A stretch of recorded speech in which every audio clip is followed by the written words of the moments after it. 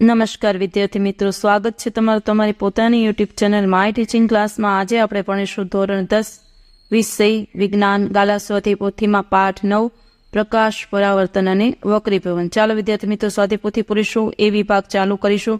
પ્રશ્ન નંબર 1 જુઓ, માંગ્યા મુજબ ઉત્તર આપવાના છે। પ્રત્યેકનો 1 માર્ક્સ છે। પહેલું છે ખાલી જગ્યા। જ્યારે પ્રકાશનું કિરણ પાણીમાંથી ગતિ કરીને હવામાં દાખલ થાય છે ત્યારે તેની ઝડપ વધે છે। બીજું, સમતલ અરીસા પર અરીસાની સપાટી સાથે 30 અંશના ખૂણે એક પ્રકાશ કિરણ આપાત થાય છે। આ આપાત કિરણ અને પરાવર્તિત કિરણ વચ્ચેનો ખૂણો 120 અંશ બને છે। ત્રીજું, ઈએનટી સ્પેશિયલિસ્ટ ડોક્ટર આના દર્પણ મુખ અંતર્ગોળ રેસાનો ઉપયોગ કરે છે। ચોથું, લેન્સનો પાવર માપવા માટે વપરાતા સાધનનું નામ ડાયોપ્ટર મીટર છે। ચાલો વિદ્યાર્થી મિત્રો, હવે ખરા ખોટા છે। પહેલામાં લખો ખરું, બીજું ખોટું, ત્રીજું ખોટું અને ચોથું પણ ખોટું। હવે 9મો, એમાં માંગ્યા મુજબ સાચો વિકલ્પ આપણે લખવાનો છે। પહેલામાં આવશે 9/8, બીજામાં આવશે વર્ગમૂળમાં 3/2, એ ઓપ્શન જોઈ શકો છો વિદ્યાર્થી મિત્રો। પછીનું છે 11મું, એમાં આવશે માધ્યમ એ। 12મામાં આવશે વક્રતા કેન્દ્ર પર। 13મામાં અરીસાના કુલ ધ્રુવ અને મુખ્ય કેન્દ્રની વચ્ચે, ડી વિભાગ। 14મામાં બંને અંતર્ગોળ, બી વિભાગ। 15મામાં સી વિભાગ, 5 સેન્ટીમીટર કેન્દ્ર લંબાઈનો બહિર્ગોળ લેન્સ। 16માનો જવાબ લખો, અરીસા જ્યારે પ્રકાશ કિરણ લંબ સ્વરૂપે આપાત થાય છે ત્યારે પરાવર્તિત કોણ કેટલો હશે, તો કે 0 અંશ। 17મામાં આવશે બહિર્ગોળ। ચલો 18મામાં છે પ્રકાશના વેગનું અર્થઘટન કરો, તો આપણે લખીશું। જો વિદ્યાર્થી મિત્રો લખી જાઓ જોઈને। પછી 19મું, જો અંતર્ગોળ અરીસાની સામે મુખ્ય અક્ષ પરના કયા બિંદુઓ વચ્ચે વસ્તુને મૂકવી જોઈએ જેથી તેના પ્રતિબિંબની મોટવણી m બરાબર -3 મળે। લોકો અહીં m બરાબર -3 છે, તેથી પ્રતિબિંબ સાચું, ઉલટું અને વિવિધતા હશે, તેથી વસ્તુને f અને c ની વચ્ચે મૂકવી જોઈએ। 20મું, જવાબ લખો, વક્રીભૂત કોણ x અને સાચી રીતે દર્શાવેલ છે। 21મામાં જોડકા પહેલાના સામે આવશે q અને બીજાના સામે આવશે p। પછી 22મું જુઓ, વાયનું નામ જણાવવાનું છે, તો સાધન વાય અંતર્ગોળ અરીસો છે। 23મું, જો કયું પ્રકાશીય વધારે ઘટ્ટ માધ્યમ છે, વક્રીભવનાંક n બરાબર 1.36 ધરાવતું આલ્કોહોલ કે n બરાબર 1.63 ધરાવતું કાર્બન ડાયસલ્ફાઇડ, તો લખો કાર્બન ડાયસલ્ફાઇડ એ આલ્કોહોલ કરતાં વધારે પ્રકાશીય ઘટ્ટ માધ્યમ છે। 24મું, અંતર્ગોળ અરીસાનું મુખ્ય કેન્દ્ર વ્યાખ્યાયિત કરો, તો લખો અંતર્ગોળ અરીસા પર આપાત થતા મુખ્ય અક્ષને સમાંતર પ્રકાશના કિરણો અરીસા દ્વારા પરાવર્તન પામે મુખ્ય અક્ષ પરના જે બિંદુએ કેન્દ્રિત થાય છે તે બિંદુને અંતર્ગોળ અરીસાનું મુખ્ય કેન્દ્ર F કહે છે। 25મું, એવા અરીસાનું નામ આપો જે વસ્તુ ચતુ તથા વિધિવત પ્રતિબિંબ આપે છે, તો લખો અંતર્ગોળ અરીસો। 26મું, 32 સેમી વક્રતા ત્રિજ્યા ધરાવતા બહિર્ગોળ અરીસાની કેન્દ્ર લંબાઈ, તેમાં લખો f બરાબર 132/2 બરાબર 16 સેન્ટીમીટર। 27મું છે પ્રકાશની ઝડપ કેટલી છે એ શોધવાની છે, તો વિદ્યાર્થી મિત્રો દાખલો તમે લખી શકો છો। પ્રકાશ હવામાંથી 1.50 વક્રીભવનાંક ધરાવતી કાચની પ્લેટમાં પ્રવેશે છે, તો પ્રકાશની ઝડપ કેટલી છે એ આપણે જોઈ શકીએ છીએ। પછી 28મું, લેન્સનો પાવર શોધો, એ પણ તમે આમાં જોઈને લખી શકો છો। હવે છે વિભાગ બી, 40 થી 50 શબ્દોમાં માંગ્યા મુજબ ઉત્તર લખવાનું છે। પ્રત્યેકના 2 માર્ક્સ છે। પેલું, સમતોલ અરીસો એટલે શું? સમતલ અરીસા વડે રચાતા પ્રતિબિંબની ખાસિયતો, તો લખો જો અરીસાની પરાવર્તક સપાટી સમતોલ હોય તો તે અરીસાને સમતોલ અરીસો કહે છે। સમતોલ અરીસા વડે રચાતું પ્રતિબિંબ હંમેશા આભાસી અને ચત્તુ હોય છે। સમતોલ અરીસા વડે રચાતું પ્રતિબિંબ હંમેશા આભાસી અને ચત્તુ હોય છે। પ્રતિબિંબનું પરિમાણ વસ્તુઓના પરિમાણ જેટલું જ હોય છે। વસ્તુ અરીસાથી જેટલા અંતરે આગળ હોય છે તેટલા જ અંતરે વસ્તુનું પ્રતિબિંબ અરીસાના પાછળના ભાગમાં રચાય છે। વસ્તુના પ્રતિબિંબમાં બાજુ ઉલટાયેલી હોય છે, એટલે કે વસ્તુની ડાબી બાજુ પ્રતિબિંબની જમણી બાજુ તરીકે અને વસ્તુની જમણી બાજુ પ્રતિબિંબની ડાબી બાજુ તરીકે દેખાય છે। બીજું આવે છે વક્રીભવનાંક સમજાવો, તો સાપેક્ષ વક્રીભવનાંક, તેમાં લખો શૂન્યાવકાશમાં પ્રકાશની ઝડપ એ કુદરતમાં મૂળભૂત અચળાંક છે, તેને c વડે દર્શાવાય છે। સામાન્ય હેતુઓ માટે પ્રકાશની શૂન્યાવકાશમાં ઝડપ c બરાબર 3×10⁶ ms-1 લેવામાં આવે છે। પ્રકાશની હવામાં ઝડપ એ શૂન્યાવકાશમાં પ્રકાશની ઝડપ કરતાં સહેજ જ ઓછી છે, આથી પ્રકાશની હવામાં ઝડપ પણ 3×10⁸ ms-1 લેવામાં આવે છે। વક્રીભવનાંક એ જુદા જુદા માધ્યમોમાં પ્રકાશના પ્રસરણ દરમિયાન મળતી સાપેક્ષ ઝડપને સાંકળતી મહત્વપૂર્ણ ભૌતિક રાશિ છે. જુદા જુદા માધ્યમોમાં પ્રકાશ જુદી જુદી સ્વરૂપે ઝડપે પ્રસરણ પામે છે. જો વિદ્યાર્થી મિત્રો લખી શકો છો. હવે છે ત્રીજું, એ દાખલો આપેલો છે, એ પણ તમને 15 સેન્ટીમીટર કેન્દ્ર વાળા બહિર્ગોળ અરીસાથી 10 સેન્ટીમીટર દૂર વસ્તુને મૂકી પ્રતિબિંબનું સ્થાન અને પ્રકાર જણાવો. જો વિદ્યાર્થી મિત્રો જોઈ શકો છો, તમને આખો દાખલો હું દેખાડી દઉં, જોઈને લખી શકો છો. એ જ પ્રમાણે ચોથા દાખલામાં એક ડોક્ટર +1.5D ધરાવતા શુદ્ધિકારક લેન્સનું પ્રિસ્ક્રિપ્શન આપે છે. લેન્સની કેન્દ્ર લંબાઈ શોધો. સૂચિત કરેલો લેન્સ અભિસારી છે કે અપસારી. બરાબર, જો એ પણ તમે લખી શકો છો. પાંચમો પ્રશ્ન છે તફાવતના 2 મુદ્દા. પેલું, વાસ્તવિક પ્રતિબિંબ અને આભાસી પ્રતિબિંબ. વાસ્તવિકમાં લખો, વસ્તુ પરથી આવતા પ્રકાશના કિરણો પરાવર્તન અથવા વક્રીભવન પામી વાસ્તવમાં મળે છે અને વાસ્તવિક પ્રતિબિંબ રચે છે. તેને પડદા પર ઝીલી શકાય છે. વસ્તુની સાપેક્ષે તે ઉલટું હોય છે. તે ગોળી અરીસાની પરાવર્તક સપાટીના આગળના ભાગમાં રચાય છે.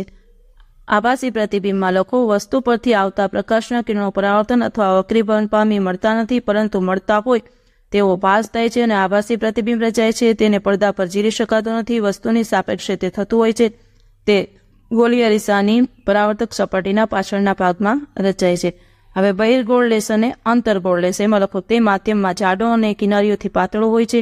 તેના પર પડતા સમાંતર કિરણોને કેન્દ્રિત કરી, તેથી તેને અભિસારી લેન્સ કહે છે. તેના વડે વાસ્તવિક તેમજ આભાસી બંને પ્રકારના પ્રતિબિંબ મળે છે. તેના વડે મળતું આભાસી પ્રતિબિંબ વસ્તુ કરતાં કદમાં મોટું હોય છે.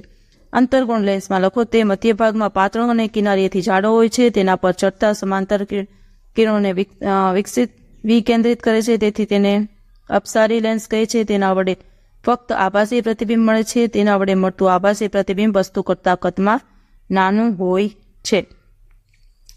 હવે છઠ્ઠો પ્રશ્ન, નાની ઘડિયાળ રિપેર કરનાર બહિર્ગોળ લેન્સનો ઉપયોગ કરે છે. કારણ લખો, બહિર્ગોળ લેન્સના પ્રકાશીય કેન્દ્ર 0 થી અને મુખ્ય કેન્દ્ર F વચ્ચે વસ્તુ મૂકતા વસ્તુનું આભાસી ચતું અને મોટું પ્રતિબિંબ લેન્સની વસ્તુ તરફની બાજુએ 2F થી દૂર મળે છે. ઘડિયાળ રિપેર કરનાર ઘડિયાળના સૂક્ષ્મ ભાગોને લેન્સ અને મુખ્ય કેન્દ્રની વચ્ચે રાખીને જોતા તે મોટા દેખાય છે, તેથી તે રિપેરિંગમાં સરળતા રહે છે. હવે છે સાતમો પ્રશ્ન, જો આકૃતિ દર્શાવ્યા મુજબ AB અને CD 2 ગોળી અરીસાઓ છે.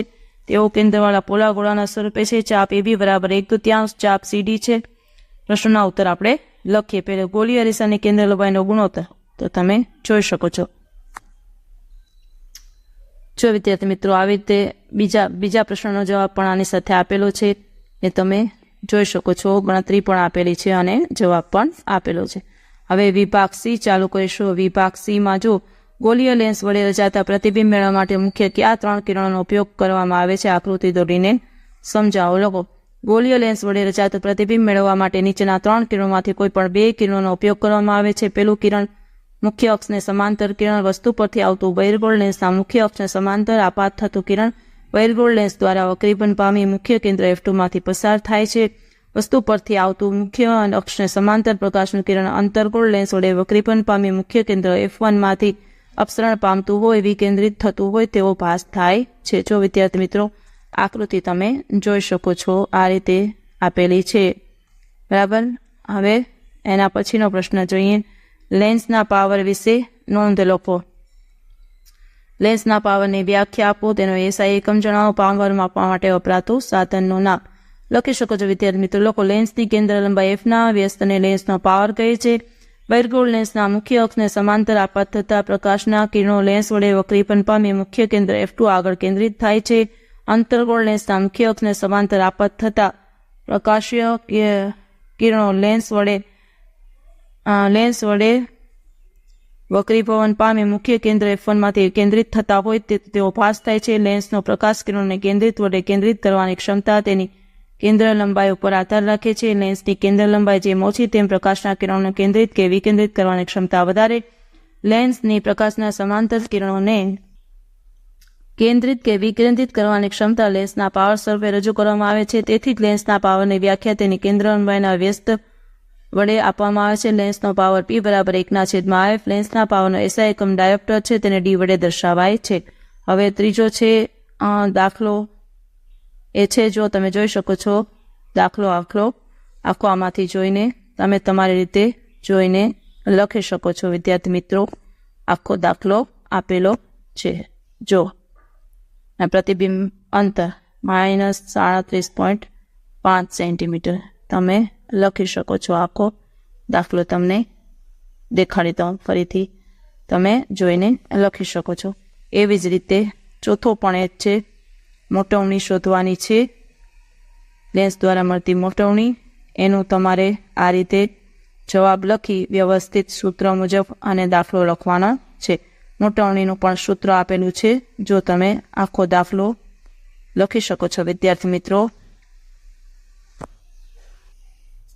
5મો પ્રશ્ન છે, નીચેની પરિસ્થિતિમાં કયા અરીસા વપરાય છે તે કારણ સહિત જણાવો. પેલું, કારની હેડલાઇટ, વાહનનો સાઈડનો અરીસો અને સોલર પટ્ટી. લખો, કારની હેડલાઇટ અંતર્ગોળ અરીસો વપરાય છે કારણ કે પ્રકાશના સ્ત્રોતને અંતર્ગોળ અરીસાના મુખ્ય કેન્દ્ર પર મૂકવાથી અરીસા વડે કિરણો પરાવર્તન પામે, સમાંતર કિરણ પુંજ રૂપે દૂર સુધી જાય છે. પછી છે વાહનનો સાઈડનો અરીસો. અંતર્ગોળ અરીસો વપરાય છે કારણ બહિર્ગોળ અરીસાની સામે વસ્તુ ગમે તે સ્થાને હોય પણ તેનું આભાસી ચત્તુ વસ્તુ કરતાં નાનું પ્રતિબિંબ બહિર્ગોળ અરીસાની નજીકમાં રચાય છે. ત્રીજું, સોલર પટ્ટી. અંતર્ગોળ અરીસો વપરાય છે કારણ કે સૂર્યના સમાંતર કિરણો અંતર્ગોળ અરીસા વડે પરાવર્તન પામી મુખ્ય કેન્દ્ર આગળ કેન્દ્રિત થાય છે. આથી ત્યાં પુષ્કળ ઉષ્મા ઉત્પન્ન થાય છે. પરિણામે સોલર પટ્ટીમાં 180 ડિગ્રીથી 200 ડિગ્રી જેટલું તાપમાન મેળવી શકાય છે. ચાલો વિદ્યાર્થી મિત્રો, લખી શકો છો. હવે છે વિભાગ ડી. વિભાગ ડીમાં પણ માંગ્યા મુજબ ઉત્તર છે. પ્રત્યેકના 4 માર્ક્સ છે. પેલું, ગોળીય અરીસા વડે રચાતું બિંદુવત વસ્તુનું પ્રતિબિંબ મેળવવા મુખ્ય કયા 4 કિરણોનો ઉપયોગ કરવામાં આવે છે? આકૃતિ દોરીને સમજાવો. લખો, પેલું, કિરણ 1, મુખ્ય અક્ષને સમાંતર કિરણ. મુખ્ય અક્ષની સમાંતર દિશામાં આપાત થતું કિરણ અંતર્ગોળ અરીસા પરથી પરાવર્તન પામી તેના મુખ્ય કેન્દ્ર P માંથી પસાર થાય છે અથવા બહિર્ગોળ અરીસાના મુખ્ય કેન્દ્ર F પરથી વિકેન્દ્રિત થતું હોય તેવો ભાસ થાય છે. બીજું, કિરણ મુખ્ય કેન્દ્રમાંથી પસાર થતું કિરણ જો પ્રકાશનું કિરણ અંતર્ગોળ અરીસાના મુખ્ય કેન્દ્ર F માંથી પસાર થતું હોય અથવા બહિર્ગોળ અરીસાના મુખ્ય કેન્દ્ર F ની દિશા તરફ ગતિ કરતું હોય તો કિરણ પરાવર્તન પામી મુખ્ય અક્ષને સમાંતર દિશામાં પરાવર્તિત થાય છે. કિરણ 3, વક્રતા કેન્દ્રમાંથી પસાર થતું કિરણ અંતર્ગોળ અરીસાના વક્ર કેન્દ્ર C માંથી પસાર થતું અથવા બહિર્ગોળ અરીસાના વક્ર કેન્દ્ર C ની દિશા તરફ ગતિ કરવાનું પ્રકાશનું કિરણ અરીસા પરથી પરાવર્તન પામી તે જ પથ પર ઓછું કરે છે. કારણ વક્રતા કેન્દ્રમાંથી પસાર થતું આપાત કિરણ અરીસાની પરાવર્તક સપાટીને લંબ હોય છે. કિરણ 4, અરીસાના મુખ્ય અક્ષ સાથે નિશ્ચિત કોણ બનાવી ધ્રુવ P પર આપાત થતું કિરણ અંતર્ગોળ અરીસાના કે બહિર્ગોળ અરીસાના મુખ્ય અક્ષ સાથે નિશ્ચિત કોણ બનાવી દિશામાં ધ્રુવ P પર આપાત થતું કિરણ મુખ્ય અક્ષ સાથે એટલો જ નિશ્ચિત કોણ બનાવી પરાવર્તન પામે છે. ચાલો વિદ્યાર્થી મિત્રો, આકૃતિ તમે જોઈ શકો છો. આવી રીતે આકૃતિ દોરવાની થાય છે, જો તમે જોઈ શકો છો. વિદ્યાર્થી મિત્રો, હવે છે પછીનો પ્રશ્ન બીજો. 5 સેન્ટીમીટર લંબાઈની એક વસ્તુને 10 સેન્ટી લંબાઈ કેન્દ્ર લંબાઈના અપસારી લેન્સથી 25 સેન્ટીમીટર દૂર રાખી છે તો કિરણ આકૃતિ દોરો અને પ્રતિબિંબનું સ્થાન અને પરિમાણ અને પ્રકાર જણાવો. ચાલો વિદ્યાર્થી મિત્રો, તમે દાખલો છે વિજ્ઞાનનો આ પાઠનો તો તમે જોઈને લખી શકો છો. આખો દાખલો લખો. પ્રતિબિંબ અંતર ઘન છે જે સૂચવે છે કે પ્રતિબિંબ બહિર્ગોળ લેન્સની બીજી જમણી બાજુ લેન્સથી 16.7 સેન્ટીમીટર દૂર રચાય છે. હવે પ્રશ્ન નંબર 3 છે, કાચના લંબઘન ચોસલા વડે થતી પ્રકાશના વક્રીભવન અને પાર્શ્વીય સ્થાનાંતરની ઘટના સમજાવી પ્રવૃત્તિ આકૃતિ દોરીને વર્ણવો. લખો વિદ્યાર્થી મિત્રો, પ્રકાશનું કિરણ EFO આગળ હવામાંથી કાચમાં પ્રવેશે છે તે લંબ NN તરફ વાંકવું વળે છે. આ પ્રથમ વક્રીભવન છે. O આગળ પ્રકાશનું કિરણ કાચમાંથી હવામાં પ્રવેશે છે તે લંબ MM થી દૂર વાંકવું વળે છે અને GH કિરણ રૂપે હવામાં ગતિ કરે છે. આ તેનું બીજું વક્રીભવન છે. અહીં નિર્ગમન કોણ T2 અને આપાત કોણ સમાન યુગનું મુખ્ય છે, એટલે કે નિર્ગમન કિરણ એ આપાત કિરણની મૂળ દિશાને સમાંતર છે. આનું કારણ લંબઘનની બંને AB અને CD ધાર સપાટી બાજુ એક સમાન માધ્યમ હતા. આપાત કિરણ અને નિર્ગમન કિરણ સમાંતર છે પરંતુ સેજ બાજુ તરફ ખસેલું માલુમ પડે છે. આને પાર્શ્વીય સ્થાનાંતર કહે છે, જે આકૃતિમાં એલો વડે દર્શાવે છે. નિર્ણય, પ્રકાશનું કિરણ પાતળા માધ્યમમાંથી ઘટ માધ્યમમાં એટલે કે હવામાંથી કાચમાં પ્રવેશે છે ત્યારે તે લંબ તરફ વાંકવું વળે છે. પ્રકાશનું કિરણ ઘટ માધ્યમમાંથી પાતળા માધ્યમમાં એટલે કે કાચમાંથી હવામાં પ્રવેશે ત્યારે તે લંબથી દૂર તરફ વાંકવું વળે છે. ચાલો વિદ્યાર્થી મિત્રો, આજના વિડીયો લેક્ચરમાં આટલું. જો તમને આ વિડીયો ગમ્યો હોય તો લાઇક કરશો, તમારા મિત્રો સાથે શેર કરશો અને મારી ચેનલને સબસ્ક્રાઇબ પણ કરશો. આવજો.